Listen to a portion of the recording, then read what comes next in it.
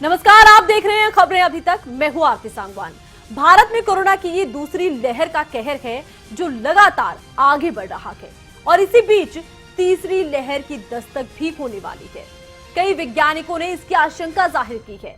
ऐसे में कैसे निपटेगा भारत इस तीसरी लहर से? क्या रहेंगी तैयारियां और WHO का क्या कहना है? नए स्ट्रेन क्या क्या है? और इन सभी विषयों पर ही बात करेंगे। बात होगी कि आखिर तीसरी लहर को लेकर भारत की तैयारी कहां तक पहुंची है और ये कहर कितना खतरनाक हो सकता है।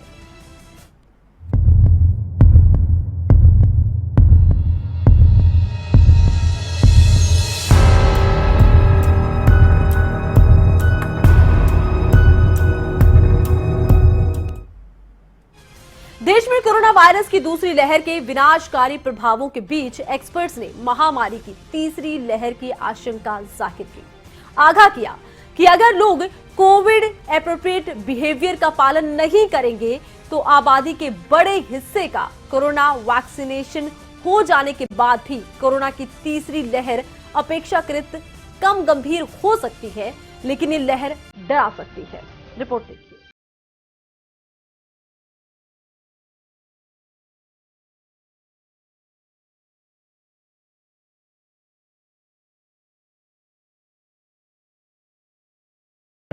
आम जनता एक एक सांस के लिए मोहताज, अस्पताल में बिस्तर के लिए हाथ जोड़कर गुहार। एक महामारी ने कैसे इस पूरे स्वास्थ्य तंत्र को हिलाकर रख दिया, ये सब आपके सामने है।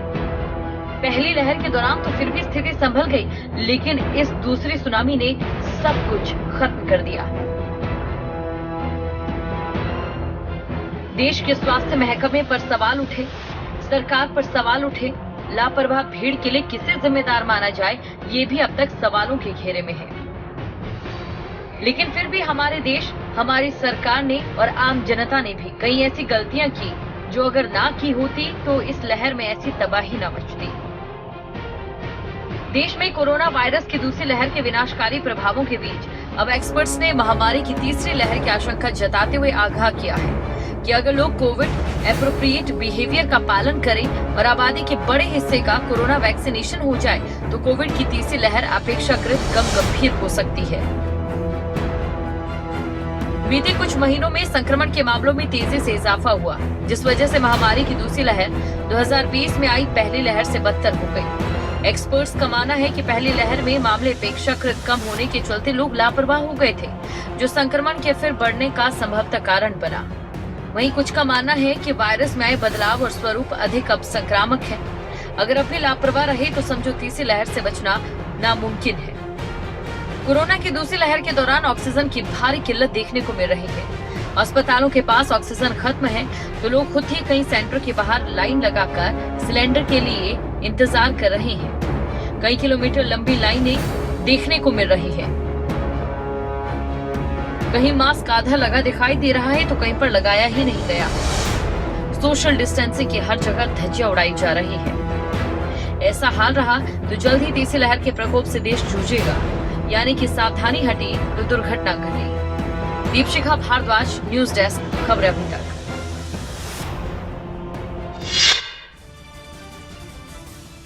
क्या आपने सोचा है कि दूसरे देशों के मुकाबले भारत में इन दिनों कोरोना इतना जबरदस्त अटैक क्यों कर रहा है? क्यों भारत में संक्रमण इतनी तेजी से फैल रहा है? तो आपको बता दें कि इसके पीछे की वजह है कोरोना का भारतीय वेरिएंट। जी हां, ये हम नहीं कह रहे, WHO की ओर से कोरोना के भारतीय वेरिएंट को बेहद खतरनाक बताया गया। आइए खबर को विस्तार से जानते हैं।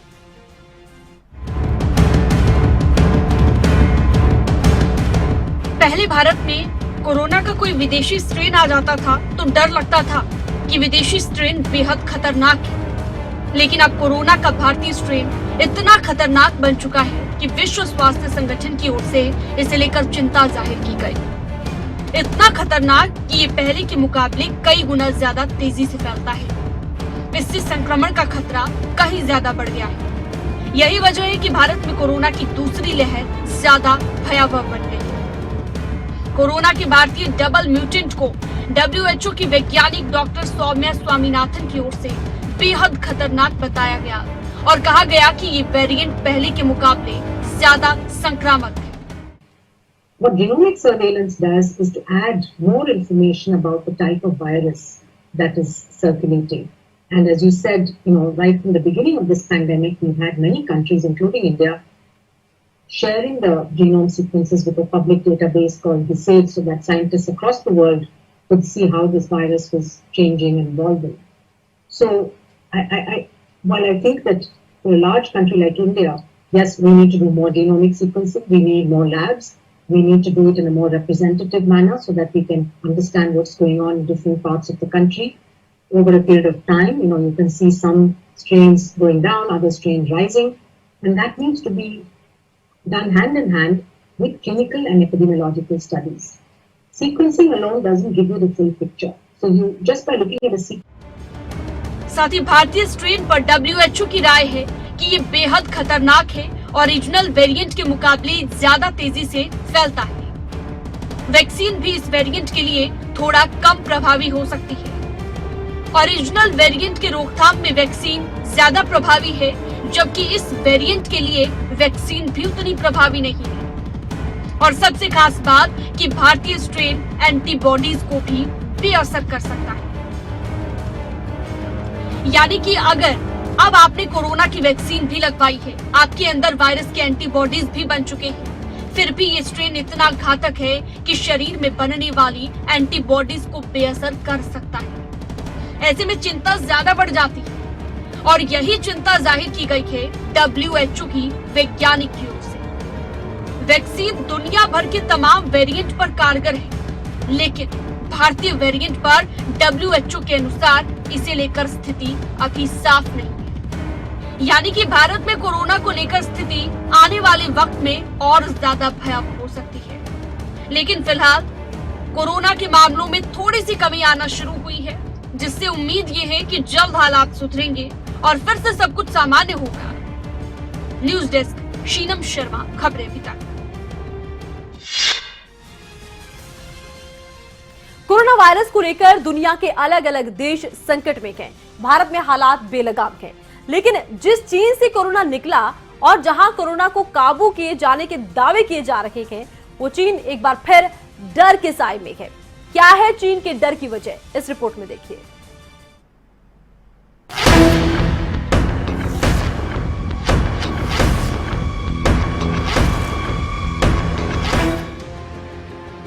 भारत इन दिनों कोरोना के बहुत बड़े संकट से जूझ रहा है। कोरोना को लेकर देश भर में हाहाकार है। एक दिन में लाखों मामले सामने आ रहे हैं, रोजाना हजारों की जान जा रही है, स्वास्थ्य सेवाओं का पलीता निकल रहा है। दूसरी तरफ जिस चीन के वुहान से कोरोना आया, उस चीन में हालात काबू है, लेकिन इस बीच चीन में अधिकारियों ने बाहर से आने वाले कुछ लोगों में वायरस के B1617 म्यूटेंट वेरिएंट के पाए जाने की चेतावनी दी है। अधिकारियों का ये भी कहना है कि वायरस के भारतीय B1617 वेरिएंट के पाए जाने के बाद देश में हाई अलर्ट जारी कर दिया गया है। दरअसल भारत से आने वाले कुछ यात्रियों को आइसोलेट किया गया था, उसके बाद उन लोगों में इस वेरिएंट की पुष्टि हुई।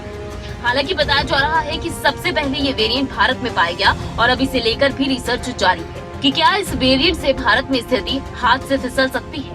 अब चीन के कुछ शहरों में इस म्यूटेंट वायरस स्ट्रेन का पाया जाना चीन के लिए चिंता का सबब बन गया है।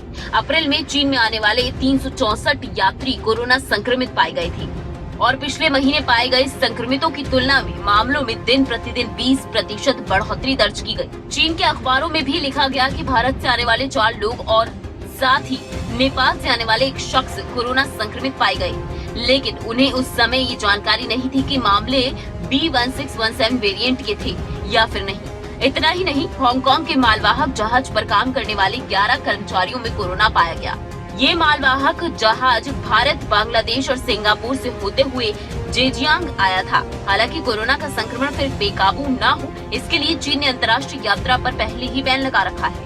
दूसरी तरफ चीन वैक्सीन डोज देने पर जोर भी दे रहा है। दावा किया जा रहा है कि विशेष परिस्थितियों में जरूरत होने पर लोगों को अलग अलग कोरोना वैक्सीन की डोज दी जा सकती है और चीन में वैक्सीन की पहली खुराक के 3 से 8 हफ्ते के अंदर दूसरी खुराक दी जानी चाहिए। जाहिर है इन दिनों दुनिया के काफी देश कोरोना संकट से गुजर रहे हैं। भारत में हर दिन संक्रमितों के आंकड़े और हर दिन में होने वाली मौत बड़ी परेशानी के तौर पर निकलकर सामने आ रही है। लेकिन चीन जहां से कोरोना निकला, जिस पर आंकड़े छुपाने से लेकर वायरस को लेकर झूठ बोलने के गंभीर आरोप लगते रहे, वही चीन अब एक बार फिर आशंकित है चीन B1617 म्यूटेंट वेरिएंट के पाए जाने से डर में है। हालांकि आने वाले दिनों में नए वेरिएंट को लेकर चीन में क्या हालात बनते हैं, ये देखने वाली बात होगी।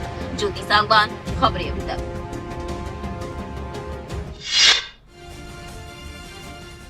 कोरोना को लेकर तरह तरह की बातें की जा रही है, बहुत से रिसर्च किए जा रहे हैं, लेकिन बहुत सी अफवाहें भी फैलाई जा रही है। जी हां, कोरोना का 5G कनेक्शन बताया जा रहा है, लेकिन WHO का इस पर क्या कहना है, ये भी जान लेते हैं। देखिए रिपोर्ट में।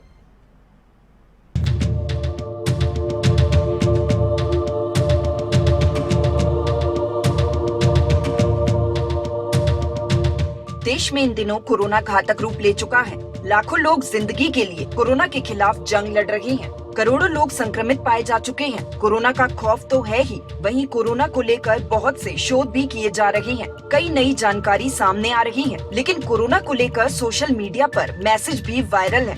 कुछ तथ्यों के आधार पर बात कर रही हैं, तो कुछ अफवाहों को सोशल मीडिया पर आगे बढ़ा रही हैं। ऐसे में इन दिनों कोरोना जब चरम पर दिख रहा है, तो भारत में एक बात सुर्खियों में है, और बात ये कि 5G टावरों की टेस्टिंग से निकलने वाले रेडिएशन हवा को जहरीला कर रही हैं। परिणाम लोगों को सांस लेने में दिक्कत आ रही है। साथ ही वायरल मैसेज और पोस्ट में ये भी लिखा जा रहा है कि इस रेडिएशन के कारण घर में हर जगह करंट लगता है। साथ ही लोग सुझाव भी दे रहे हैं, इन टावरों की टेस्टिंग पर अगर रोक लगा दी जाती है तो सब सही हो जाएगा। इन पोस्ट को पढ़ने और देखने के बाद लोग भ्रम की स्थिति में हैं, लेकिन घबराने की जरूरत नहीं है, क्योंकि कोरोना से जुड़े तथ्यों और भ्रम पर WHO ने अपनी रिपोर्ट भी जारी करके तस्वीर साफ कर दी है। WHO साफ कर चुका है कि 5G मोबाइल नेटवर्क से कोरोना नहीं होता।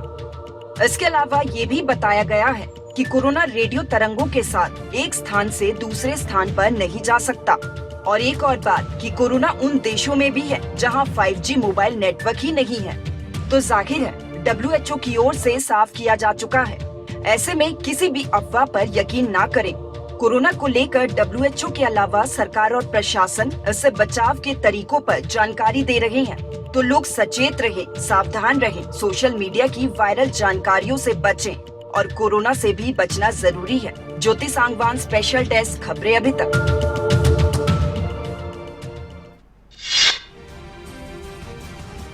आज हम कोरोना काल में जी रहे हैं, कोरोना आपदा को देख रहे हैं, मानसिक तनाव और डर झेल रहे हैं, लेकिन ये महामारी का पहला दौर नहीं है। इससे पहले भी महामारियां धरती पर दस्तक देकर तबाही मचा चुकी है।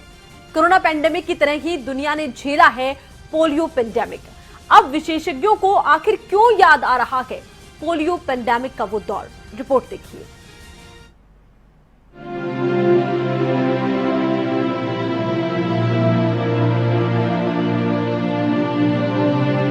कोरोना की आपदा से आज दुनिया जूझ रही है। आए दिन कोरोना के केस बढ़ रहे हैं। बढ़ते कोरोना केसों के आगे दुनिया भर की मेडिकल सुविधाएं घुटने टेक रही हैं। वहीं कोरोना के गंभीर मरीजों को ऑक्सीजन और वेंटिलेटर की जरूरत है। ऐसे में वेंटिलेटर की मास प्रोडक्शन हो रही है। बावजूद इसके वेंटिलेटर कम पड़ रहे हैं और मेडिकल संसाधनों की कमी के आगे अब अमेरिकन मेडिकल विशेषज्ञों को याद आया 1950 का वो दौर जब पोलियो पेंडेमिक आया था और उस वक्त के वेंटिलेटर यानी कि आयरन लंग्स, लोहे के फेफड़े नाम की एक मशीन ने लाखों जानें बचाई थी। जी हाँ, दुनिया में कहर बनकर पनपने वाला पोलियो आज दुनिया से लगभग खत्म हो गया है। वहीं आज भारत भी पोलियो मुक्त है, लेकिन पोलियो का दंश दुनिया भर में 125 देशों ने झेला है। पोलियो पेंडेमिक एक ऐसी बीमारी जिसने ज्यादातर बच्चों या फिर युवाओं को शिकार बनाया था। लेकिन क्या आप जानते हैं कि पैरों से शुरू होने वाला पोलियो अटैक भी फेफड़ों पर भारी पड़ता था, यानी कि फेफड़ों को पैरालिसिस अटैक हो जाया करता था, लकवा मार जाया करता था और लोग सांसों के लिए तड़प उठते थे। ठीक वैसे ही जैसे आज कोरोना का कहर फेफड़ों पर टूटता है और लोग सांस सांस को तरस जाते हैं। ऐसे में ऑक्सीजन सिलेंडर या आईसीयू का सहारा लेना पड़ता है। लेकिन क्या आप जानते हैं कि जब पोलियो का अटैक हुआ तो पूरी दुनिया में पहली बार उद्योगों ने भी मानवता की मदद की, बड़े बड़े मेडिकल सेंटर स्थापित किए गए। पोलियो से मर रहे लोगों को जीवन दान दिया गया और उसी दौर में एक साइंस इन्वेंशन हुआ। और ये इन्वेंशन था आयरन लंग्स, यानी लोहे के फेफड़े। दुनिया में 1916 से पोलियो हर साल दस्तक देने लगा। हर साल पोलियो के आंकड़े बढ़ने लगे। अमेरिका जैसे देश में हर साल बच्चों पर इसका अटैक देखने को मिला। 27 फरवरी 1950 को वैक्सीन का सफल परीक्षण किया गया, लेकिन 1950 से 1956 तक पोलियो अपने पीक पर चला गया। हालांकि आज तक ये नहीं कहा जा सकता कि पोलियो का पहला केस इस दुनिया में कब आया था, इसे कब पहली बार पहचाना गया था, लेकिन 1950 के दशक में पोलियो आपदा बनकर आया और हर दिन पूरी दुनिया में 1000 बच्चों को पैरालाइज करने लगा। इस दौरान पूरी दुनिया में लाखों जानें गई, लेकिन कुछ ऐसे लोग भी बच गए जो मौत के बिल्कुल करीब थे।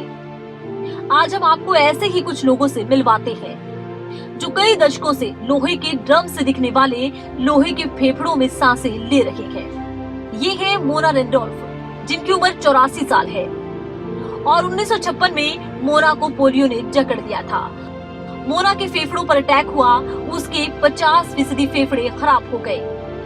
तब से लेकर अब तक वो आयरन लंग्स यानी कि लोहे के फेफड़ों के सहारे जिंदा है। हर दिन 6 से 7 घंटे तक वो इस लोहे की ड्रम नुमा मशीन में बंद रहती है ताकि उसकी सांसें चल सके। 5 दशक से वो यूं ही सांसें ले रही है। वही अमेरिका के रहने वाले पॉल भी 50 के दशक में पोलियो से ग्रस्त हुए और फिर कभी उठ ही ना सके। अकेले अमेरिका में 21,000 पोलियो केस 1952 में सामने आए थे। पॉल उन्हीं केसों में से एक है। पॉल को भी आयरन लंग्स में बंद कर दिया गया, लेकिन पॉल मोना की तरह खुशकिस्मत नहीं था। मोना आयरन लंग्स से बाहर आ सकती है, लेकिन पॉल कभी भी आयरन लंग्स से दोबारा बाहर आया ही नहीं। दरअसल आयरन लंग्स यानी कि लोहे के फेफड़ों को 1930 में पहली बार बनाया गया था, लेकिन 1950 में जब पोलियो आपदा आई तो इसका मास प्रोडक्शन किया गया और यही आयरन लंग्स आज का यानी कि आधुनिक वेंटिलेटर है। आज का वेंटिलेटर आयरन लंग्स का विकसित रूप है।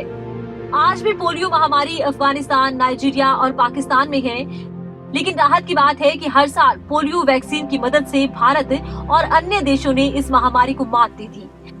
लेकिन कोरोना महामारी के इस दौर ने वो दौर याद दिला दिया और अब प्रयास इसी बात का किया जा रहा है कि जिस तरह से वेंटिलेटर्स की कमी आ रही है, क्या इस्तेमाल में फिर से लाए जा सकते हैं आयरन लंग्स। और इसी पर अमेरिकी विशेषज्ञ अब रिसर्च कर रहे हैं, क्योंकि वेंटिलेटर की कमी दुनिया के सामने एक बड़ी परेशानी बनती जा रही है।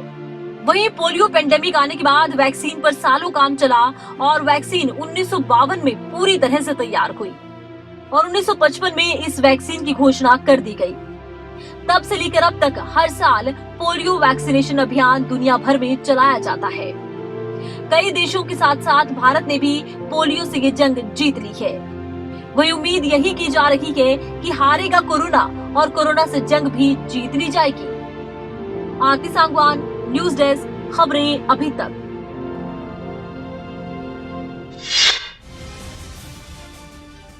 कोरोना का इन दिनों सबसे ज्यादा प्रहार भारत में देखा जा रहा है, लेकिन कोरोना से जारी जंग के बीच अब ब्लैक फंगस इन्फेक्शन ने चिंताएं बढ़ा दी। क्या है ब्लैक फंगस इन्फेक्शन और इसके लक्षण क्या होते हैं और किन्हें ये अपनी चपेट में ले रहा है, रिपोर्ट देखिए।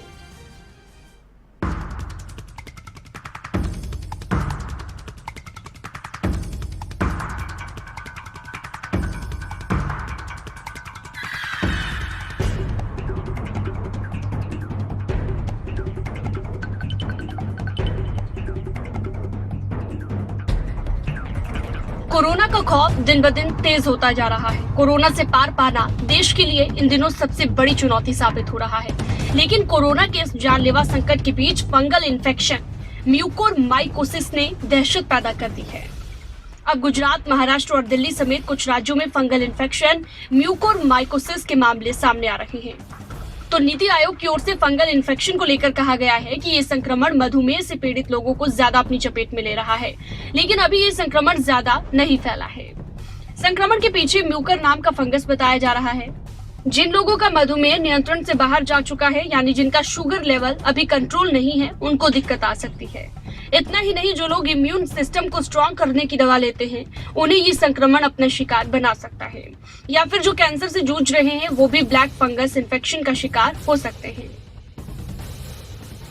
संक्रमण फैलने का तरीका भी जान लीजिए। गीली सतह के संपर्क में आने से ये संक्रमण फैलने की आशंका ज्यादा हो जाती है। बताया गया है कि जो लोग कोरोना संक्रमित है, जिन्हें पहले से मधुमेह है और उससे आगे वो ऑक्सीजन पर निर्भर है, ऐसे संक्रमित लोग अगर ह्यूमिडिफायर के कांटेक्ट में आते हैं तो इन पर इन्फेक्शन अटैक कर सकता है। लेकिन ये कतई जरूरी नहीं कि ऐसे मरीजों को ब्लैक फंगल इन्फेक्शन होगा ही होगा। हाँ, बाकी लोगों के मुकाबले संभावना ज्यादा जरूर होगी, लेकिन ऐसे समय में सचेत रहने की बात कही जा रही है, सावधानी रखने की जरूरत है।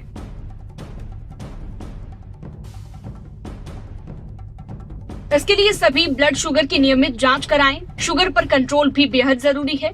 जो लोग कोरोना पॉजिटिव है, उनके अलावा जिनमें कोरोना नहीं है, वो भी शुगर टेस्ट को बेहद गंभीरता से लें। अगर मुंह में कोई नया अल्सर दिखे तो अल्सर का जल्द से जल्द उपचार कराना चाहिए। स्टेरॉइड की मात्रा भी नियंत्रित रखने की जरूरत है। कोरोना पॉजिटिव के आसपास सफाई रखना बेहद जरूरी है। तो कुल मिलाकर भयानक कोरोना ब्लैक फंगल इन्फेक्शन की दस्तक से और डरावना हो चुका है। अंदाजा आप इस बात से लगा सकते हैं कि लोगों की आंखों की रोशनी तक चली जाती है तो कुछ मामलों में जान भी चली जाती है। ऐसे में सावधानी और समय पर उपचार ही ब्लैक फंगल इन्फेक्शन के हथियार हैं।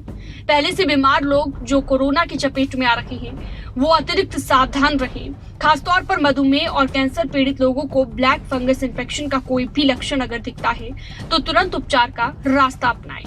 ऐसा करने की स्थिति में आंखों की रोशनी से लेकर जान से हाथ धोने का भी खतरा है। ज्योति सांगवान, खबरें अभी तक।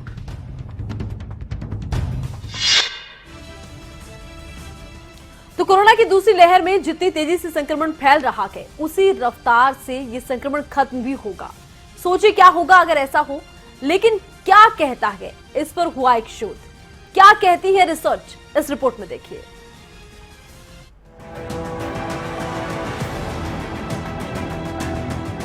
भारत उन देशों में शुमार है जहां सतर्कता बरतने से तुरंत पीछा छुड़ा लिया गया। पहली लहर में तेज गिरावट का दौर आया तो सार्वजनिक स्थल खोले जाने लगे, पाबंदियां उठाई जाने लगी और चारों तरफ दिखने लगा लापरवाही का आलम। कोरोना की दूसरी लहर की चपेट में आए देश में हर नए दिन के साथ कोरोना के रिकॉर्ड मरीज आते जा रहे हैं। कोरोना संक्रमण किस कदर बेकाबू हो चला है, इसे लेकर समझा जा सकता है कि मई के पहले 6 दिनों में ही 23 लाख से ज्यादा नए मामले अब तक सामने आ चुके हैं। ऐसे में लोगों के मन में बड़ा सवाल ये उठ रहा है कि आखिर में ये कोरोना संक्रमण खत्म कब होगा या फिर इसमें कब कमी आना शुरू होगी। तो चलिए इसका जवाब भी आपको दे देते हैं। दूसरी लहर में नए कोरोना के केस और कोविड मौतों की रफ्तार पहली लहर के मुकाबले बहुत ज्यादा है। नए नए वेरिएंट्स के कारण हर्ड इम्यूनिटी का तो फॉर्मूला ही फेल होता दिखाई दे रहा है। कोरोना कब दुनिया से विदा लेगा ये तो सामने नहीं आया, लेकिन कोरोना की दूसरी लहर के पीक मामलों में कब कमी आएगी, इस पर कई शोध सामने आ रहे हैं। वैज्ञानिकों ने कहा है कि इस बात की बहुत संभावना है कि भारत में कोरोना के मामले अप्रैल के आखिर और मई की शुरुआत में चरम पर रहेंगे, जो देखा भी गया। ये आंकड़े जिस तेजी के साथ बढ़े उतने ही तेजी के साथ घटने भी शुरू होंगे। मई के आखिर तक हम कोरोना के मामलों में बहुत ज्यादा कमी देख सकते हैं। हालांकि कोरोना की पहली लहर की तरह कोरोना के नए मामले बहुत कुछ सरकार के उपायों और लोगों के कोविड-19 प्रोटोकॉल्स के पालन पर निर्भर होंगे। देश में रोजाना आ रहे कोरोना संक्रमण और मौतों के आंकड़ों ने लोगों में दहशत पैदा कर दी है। कोरोना के भय से लोगों के चेहरे पर निराशा और मायूसी है। सभी इस महामारी से छुटकारा पाना चाहते हैं। महामारी के बढ़ते मरीजों की संख्या से मेडिकल व्यवस्था चरमरा गई है। लोगों को पर्याप्त इलाज नहीं मिल पा रहा है। कोरोना की दूसरी लहर पहले से ज्यादा घातक साबित हुई है। ऐसे में जरूरी है कि एहतियात बरतें और अपना और अपने परिवार जनों का ख्याल रखें। दीप शिखा, न्यूज डेस्क, खबरें अभी तक। तो अपना और अपनों का ख्याल रखना ही होगा, क्योंकि ये तो दूसरी लहर का कहर है, अभी तीसरी लहर बाकी है। ऐसे में सचेत रखें, सावधान रहें, क्योंकि फिलहाल भले ही वैक्सीनेशन अभियान जोर शोर से चल रहा हो, लेकिन एहतियात अभी भी वो पहला हथियार है जिससे आप कोरोना से बच सकते हैं। अगर आपको हमारा ये वीडियो पसंद आया हो तो पेज को लाइक और शेयर करें और इसी तरह की हर वीडियो सबसे पहले पाने के लिए चैनल को सब्सक्राइब करें।